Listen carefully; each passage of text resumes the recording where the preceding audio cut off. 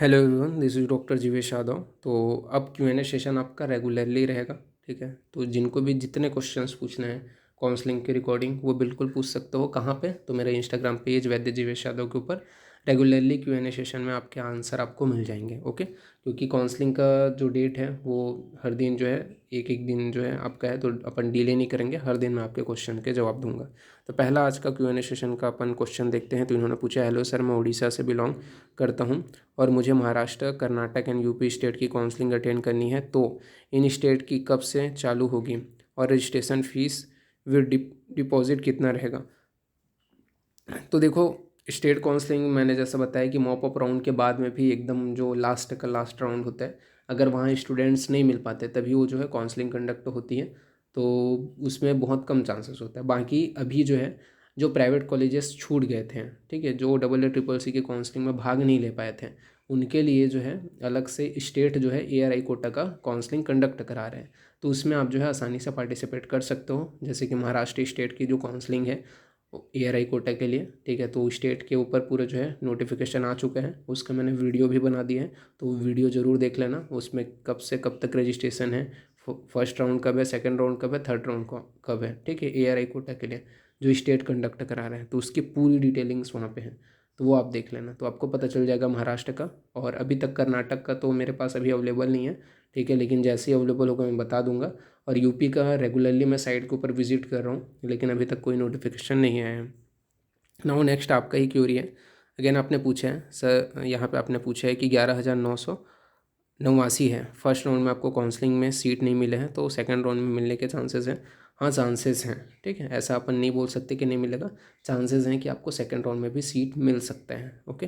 फिर आपने ये पूछा है कि इस रैंक में कौन से स्टेट में आपको क्लिनिकल यानी कि पंचकर्मा एंड शल्य की सीट मिलेगी। तो देखो, मैं ये बोलूँगा मोस्ट ऑफ द चांसेस है आपको इस रैंक के ऊपर चांसेस है कि आपको महाराष्ट्र एंड कर्नाटका दोनों में से एक जगह जो है क्लिनिकल की सीट मिल जाए। लेकिन वही है कि ARI कोटा की जो प्राइवेट वाली काउंसलिंग है, जो स्टेट कंडक्ट करा रही है, उसको करोगे तो ठीक है, चांसेस है बोल रहा हूँ मैं, ऐसा नहीं बोल रहा हूँ 100% मिल जाएगा करके।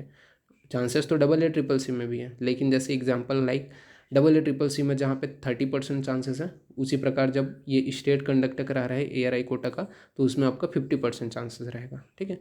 ये मैं आपको प्रोबेबिलिटी बता सकता हूँ। अब कंफर्म नहीं बोल सकता, कोई भी कंफर्म नहीं बोल सकता कि आपको क्लिनिकल ये दोनों सब्जेक्ट के मिल जाएगी करके, ओके।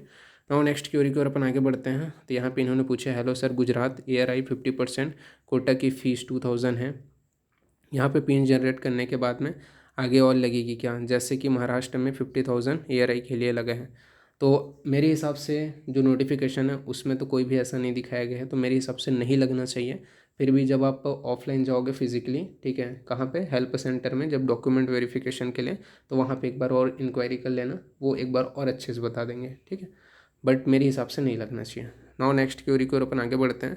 तो नेक्स्ट क्यूरी उन्होंने पूछा है, सर अगर स्टेट का प्राइवेट लेके सेंट्रल क्या भी ले सकते हैं क्या सीट, ऐसे करके इन्होंने पूछा है। तो देखो, स्टेट का प्राइवेट लेकर के सेंट्रल का भी सीट ले सकते हैं, तो वो मैटर करता है। जैसे अब एग्जांपल के लिए फर्स्ट राउंड है, अब स्टेट का फर्स्ट राउंड है, तो फर्स्ट राउंड में आप जो है ऐसा है कि आप सीट छोड़ भी सकते हो, ऐसा नहीं है कि नहीं छोड़ सकते, छोड़ सकते हो स्टेट का। लेकिन सेंट्रल में नियम कानून अलग है, ठीक है। ऐसा नहीं है कि सेंट्रल में आपने जैसे कि सेकंड राउंड से आपने ज्वाइन किया, तो सेकंड राउंड में तो आप चलो ठीक है छोड़ दोगे, लेकिन थर्ड राउंड में जो सीट मिल गया वो लेना ही पड़ेगा। अगर आपको स्टेट भी अगर कोई सीट अलॉट कर रहा है, आप दोनों काउंसलिंग अटेंड कर रहे हो, एग्जाम्पल लेके थर्ड राउंड का बता रहा हूँ, ठीक है। थर्ड राउंड का नियम ही बहुत खतरनाक है, ठीक है, कि थर्ड राउंड में अगर आप खेल रहे हो और थर्ड राउंड में जो भी सीट आपको मिल गया सेंट्रल के थ्रू, जैसे एग्जांपल के लिए आपको कोई प्राइवेट सीट मिल गया और आपने स्टेट काउंसलिंग का भी अटेंड किया था, वहाँ पे आपको गवर्नमेंट सीट मिल गया, तो आपको वो जो गवर्नमेंट सीट मिला है वो ऑटोमेटिकली कैंसिल हो जाएगा, ठीक है। थर्ड राउंड में ये रूल है, आपको जो प्राइवेट सीट मिला है ARI कोटा के थ्रू वही आपको ज्वाइन करना पड़ेगा। तो ये थोड़ा पेचीदा काम है, मैं यही बोलूँगा। इसके लिए आप ये कर सकते हो कि मेरे जो वीडियोस हैं जिसके ऊपर मैंने पूरा स्टेप बाय स्टेप पूरा नियम को समझाया है, वो वीडियो देख लो, तो आपको थोड़ा समझ में अच्छे से आ पाएगा, ठीक है। बाकी मैं ये बोलूँगा कि जैसे कि फर्स्ट राउंड सेकंड राउंड तक आप खेल सकते हो, ठीक है, लेकिन सेकंड राउंड के बाद में बाकी के जो राउंड्स हैं वो थोड़ा पेचीदा होता है। तो इसी वजह से मैं ये बोलूँगा कि प्राइवेट अगर ले रहे हो, ठीक है, स्टेट का अगर प्राइवेट ले रहे हो, फिर सेंट्रल का भी राउंड के ऊपर मैटर करता है, ठीक है, कि कौन सा आप देख रहे हो। नाउ नेक्स्ट क्वेरी की ओर अपन आगे बढ़ते हैं। तो इन्होंने पूछा है, hello sir, can we attend counselling through both state and all India quota at a time Maharashtra state. तो बिल्कुल कर सकते हो, ठीक है, ऐसा नहीं है कि नहीं कर सकते। ऑल इंडिया कोटा का दोनों आप अटेंड कर सकते हो, ऑल इंडिया भी कोटा भी कर सकते हो, स्टेट कोटा भी कर सकते हो, उसके लिए कोई दिक्कत वाली बात नहीं है। महाराष्ट्र स्टेट का जो आया है दोनों का कर सकते हो आप। नाउ नेक्स्ट क्वेरी को अपन आगे बढ़ते हैं। बट यही है कि जैसे कि आप ऑल इंडिया कोटा का करोगे ना तो 50,000 रुपीज़ आपको देना पड़ेगा, लेकिन स्टेट कोटा का करोगे और वहाँ के आपके स्टेट की हो तो आपको 50,000 रुपीज़ चार्जेस पे नहीं करना पड़ता। ओके, नाउ नेक्स्ट क्वेरी को अपन आगे बढ़ते हैं। तो इन्होंने पूछा है, hello sir, all India Kota के लिए 50,000 की सिक्योरिटी डिपॉजिट महाराष्ट्र के स्टूडेंट के लिए है क्या? तो मेरे हिसाब से ऑल, हाँ ये तो रहेगा। अगर आप ऑल इंडिया कोटा का भी अटेंड कर रहे हो तो आपको वो रहेगा, लेकिन आप स्टेट कोटा, ठीक है, स्टेट कोटा देखो, वही मैं बोला ना, दो वहाँ पे हैं, वहाँ पे आपको शायद ऑप्शन भी दिखाया जाएगा। ओके, और वही ऑल इंडिया कोटा का शायद जल्दी फिनिश हो रहे हैं, स्टेट कोटा का आपका थोड़ा लंबा है। तो मैं ये बोलूँगा कि वो 50,000 रुपीज़ जब ऑल इंडिया कोटा के थ्रू करोगे तो शायद आपको देना पड़ेगा, लेकिन आप स्टेट कोटा बस का कर रहे हो तो आपको नहीं देना पड़ेगा। और ये जो रूल है ना ऑल इंडिया कोटा वाला, वो आप महाराष्ट्र के हो चाहे नहीं हो सभी के ऊपर लागू होगा, ठीक है। लेकिन अगर आप महाराष्ट्र के हो तो स्टेट कोटा में आपको कोई भी पैसा वगैरह देना नहीं पड़ेगा, मतलब रजिस्ट्रेशन फीस वगैरह देना पड़ेगा, बट ये जो रिफंडेबल अमाउंट है, ठीक है, सिक्योरिटी मनी, वो आपको देना नहीं पड़ेगा अगर स्टेट कोटा की काउंसलिंग अटेंड कर रहे हो तो। लेकिन ऑल इंडिया कोटा की जो 15% वाला कर रहे हो तो देना ही पड़ेगा, ठीक है, अब वहाँ के हो तो भी। नाउ नेक्स्ट क्वेरी को अपन आगे बढ़ते हैं। तो यहाँ पे इन्होंने पूछा है, सर एमपी स्टेट की एआरआई काउंसलिंग के लिए रजिस्ट्रेशन कैसे करना है? वहाँ पे कोई भी ऑप्शन नहीं है पोर्टल पर, एंड मेरी एआरआई रैंक 4744 है, एससी कैटेगरी रैंक 334 है, तो मुझे गवर्नमेंट सीट पंचकर्म काय चिकित्सा सब्जेक्ट मिल सकता है क्या? तो देखो जो डेट बताया गया ना रजिस्ट्रेशन डेट, उस डेट में वो लिंक ओपन होगा, वो साइट जो है अपलोड होगा, उस दिन आपको वहाँ पे वो जो लिंक है वो ओपन होगा। ओके, और आपको चांसेस है, मैं ये बोलूँगा चांसेस है कि आपको क्लिनिकल सीट मिल जाए। 100% मैं नहीं बोलूँगा, ठीक है, लेकिन चांसेस है कि मिल सकता है स्टेट काउंसलिंग के थ्रू अगर आप वहाँ के हो तो। नाउ नेक्स्ट क्वेरी को अपन आगे बढ़ते हैं। तो इन्होंने पूछा है, sir my ARI is a 673 OBC category, is there any chances to get admission in Patna Bihar in any branch? तो चांसेस है, ठीक है। अब वो आप स्टेट काउंसलिंग अटेंड करोगे तो ज़्यादा पता चलेगा आपको, ठीक है।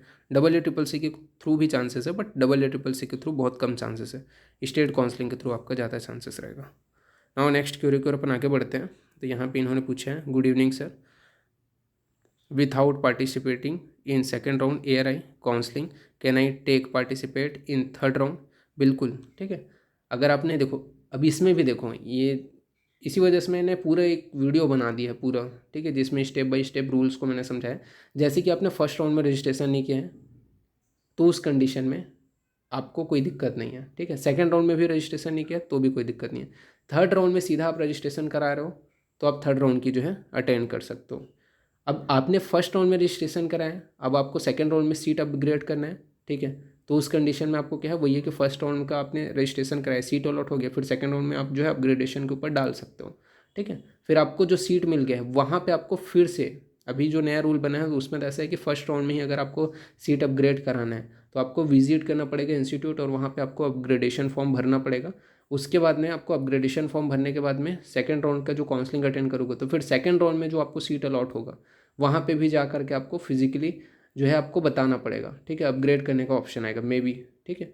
तो वही हमें मैटर यही करते हैं कि अगर आपने सेकंड राउंड में रजिस्ट्रेशन कराए हैं, ठीक है, या फिर सेकंड राउंड में अगर आपने पार्टिसिपेट नहीं किया हो तो आपका जो क्वेश्चन है वो एकदम सिंपल है, इतना कॉम्प्लिकेटेड ना बताते हुए वही मैं बोलूँगा कि आप थर्ड राउंड में सीधा न्यू रजिस्ट्रेशन करा करके पार्टिसिपेट कर सकते हो अगर आपने फर्स्ट एंड सेकंड राउंड नहीं खेला है तो। ओके, लेकिन वही है कि थर्ड राउंड में जो भी मिल गया वो आपको लेना पड़ेगा। ओके, इसमें आप अगर स्टेट काउंसलिंग के थ्रू ऐसा सोच रहे हो कि भाई मैं स्टेट काउंसलिंग अगर थर्ड राउंड में जो मिल गया उसको मैं छोड़ दूंगा और स्टेट काउंसलिंग में जो सीट मिलेगा वो मैं ले लूँगा ऐसा करके, तो वो आपका गलत हो जाएगा, ठीक है। स्टेट काउंसलिंग के थ्रू जो सीट मिले रहेगा वो भी रद्द हो जाएगा। तो वही है कि थर्ड राउंड रिस्की राउंड है, लेकिन वही है इसमें जो मिल गया सो मिल गया, वो आपको लेना ही पड़ेगा, ऐसा टाइप है। नाउ नेक्स्ट क्यूरी की ओर अपन आगे बढ़ते हैं। तो इन्होंने पूछा है, हेलो सर, जो Maharashtra 50% all India quota private aided का रजिस्ट्रेशन हो रहा है, उसमें तिलक आयुर्वेदा महाविद्यालय पुणे नहीं इंक्लूड होगा क्या फॉर काउंसलिंग, एंड इफ़ अगर इंक्लूड होगा तो उसमें इन्होंने पूछा है कि सैलले का जो जनरल कोटा का सीट है जो है वो ओपन होगा कि नहीं होगा। तो देखो ये कब आपको पता चलेगा, ये आपको पता चलेगा जब लिस्ट जारी होगा, ठीक है, सीट मैट्रिक्स जब जारी होगा। अभी सीट मैट्रिक्स को उन्होंने डेट दिया है, तो उस डेट में सीट मैट्रिक्स जारी होगा तभी पता चल पाएगा। इसके पहले कोई भी कॉलेज का आप कंफर्म नहीं बोल सकते कि ये कॉलेज पार्टिसिपेट कर रहे हैं कि नहीं कर रहे हैं। तो वहाँ पे डेट दिया हुआ है कि जिस डेट में सीट मैट्रिक्स जारी होगा उसी डेट में ही आपको पता चल पाएगा, उसके पहले बहुत कम चांसेस है कि कोई बता पाए। ओके, नाउ नेक्स्ट क्वेरी की ओर अपन आगे बढ़ते हैं। तो यहाँ पे इन्होंने पूछा है, hello sir, I complete my UG in Maharashtra but I am residential of Karnataka, can I eligible for Karnataka state counselling and can I attend both Karnataka and Maharashtra state counselling. देखो यहाँ पे जो ARI कोटा के लिए महाराष्ट्र की काउंसलिंग है वो आप अटेंड कर सकते हो जो स्टेट कंडक्ट करा रही है, लेकिन आप कर्नाटक का स्टेट काउंसलिंग अटेंड कर सकते हो, लेकिन महाराष्ट्र का स्टेट काउंसलिंग नहीं अटेंड कर सकते हो, बिकॉज जिस स्टेट का आपके पास डोमिसाइल सर्टिफिकेट है, निवास प्रमाण पत्र है, उसी स्टेट के लिए आप एलिजिबल रहोगे स्टेट काउंसलिंग अटेंड करने के लिए। ओके, नाउ नेक्स्ट क्यूरी की ओर अपन आगे बढ़ते हैं। तो नेक्स्ट क्यूरी उन्होंने पूछा है, गुड मॉर्निंग सर, कोई 2 स्टेट की काउंसलिंग में पार्टिसिपेट करना हो, फीस रिफंडेड और not, in which round please clear. तो देखो अगर आप 2 स्टेट की काउंसलिंग में पार्टिसिपेट कर रहे हो और फीस जो है वो रिफंडेबल रहेगा कि नहीं रहेगा, ठीक है, ये आपने पूछा है।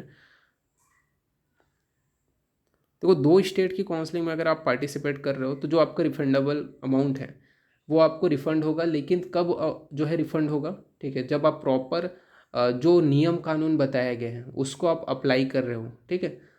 ये जो मनी जो लिया जाता है वो क्यों लिया जाता है, ताकि कोई जो सीट है वो आप गलत तरीक़े से छोड़ो मत, ठीक है, इस वजह से, या फिर उस मतलब इसी वजह से ये जो अमाउंट है वो लिया जाता है। तो वही है कि इसके ऊपर मैंने एक प्रॉपर वीडियो बनाया है step by step counselling process करके, ठीक है, तो वो वीडियो देख लेना, उसमें मैंने प्रॉपर बताया है कि कौन से ऐसे कंडीशन है जिसमें आपका जो रिफंडेबल अमाउंट है वो लैप्स हो सकता है, ठीक है। ये सिर्फ मेरे हिसाब से ऑल इंडिया जो कोटा की काउंसलिंग होती है उसी के ऊपर लागू होती है। तो कौन से ऐसे कंडीशन होंगे जहाँ पे आपको जो फीस है वो लैप्स हो जाएगा, जो 50,000 रुपीज़ आप पे करते हो वो, तो वो वीडियो देख लेना, वहाँ पे आपको वो पूरा जो क्राइटेरिया है, ठीक है, वो आपको समझ में आ जाएगा। नाउ नेक्स्ट क्वेरी को अपन आगे बढ़ते हैं। तो सर 605 ऑल इंडिया रैंक पे सेंट्रल मिलने के चांसेस है क्या? कंफर्म नहीं बोल सकते कि आपको सेंट्रल मिल जाएगा, ठीक है, ऑल इंडिया रैंक है तो भी अपन नहीं बोल सकते, ठीक है, बट चांसेस है, थोड़ा कम चांसेस है बट चांसेस है, ऐसा बोल सकते हैं, ठीक है, बट कम है, बहुत ज़्यादा कम है, ऐसा बोल सकते हैं। नॉन क्लिनिकल में रहेगा अगर रहेगा भी तो। नाउ नेक्स्ट क्यूरी को अपन आगे बढ़ते हैं। तो यहाँ पे इन्होंने पूछा है, hello sir, I am a BMS student, I have a query to ask regarding AACC counselling. First, can I upgrade seat more than 1 time? For example, can I upgrade from first to second then second to third?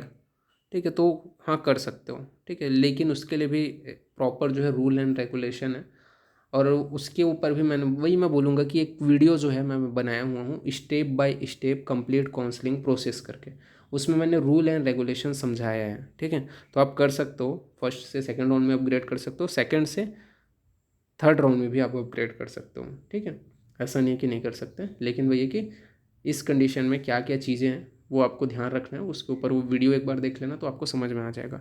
बाकी जिनको भी और queries वगैरह हैं वो अपने queries मेरे को पूछ सकते हैं मेरे इंस्टाग्राम पेज वैद्य जीवेश यादव के ऊपर। रेगुलरली आपको अब Q&A सेशन की वीडियो मिलते रहेगी। ओके, ठीक है, तो फिर थैंक यू।